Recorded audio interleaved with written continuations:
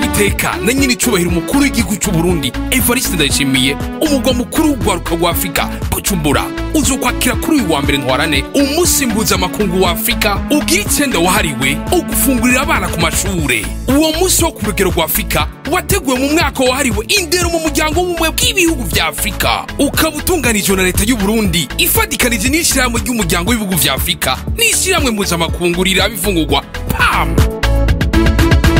Uwo musi ufashwe mu mugongo na nyiri cyubahiro umutambukanyi w'umukuru w'igihugu cy'u Burundi Angeline Ndashimiye ari nawe ahagarariye umugambi w'igihugu wo gufungurira abana mu mashure. Uwo musi mukuru uzohimbazwa ku kivugo twiteho gufungurira abana ku mashure duteze imbere idero ku bwa kazoza keza kandi kadakumbira muri Afrika. Ibihugu bigize ubumwe bwa Afrika abakorera muri ico gisata hamwe n'amashirahamwe akorana na leta mu gisata cy'iterambere bazoronka kajyo kugwanahana ivyimviro kubijanye n'akamaro k'umugambi wo gufungurira abana ku mashure harimo cyane cyane uburiro ku mashure amagara no gufungura neza eka n'umwimbu wo mu gisata cy'umurimyi. Nimutangwe rero n'uwo munsi wa Afrika ugira 9 wahariwe ugufungurira abana ku mashure. Ibirori vyawo bikazoca ikibiriraho ku mbuga waniro z'ibiro vy'umukuru w'igihugu n'izibiro vy'umutambukanyi w'umukuru w'igihugu.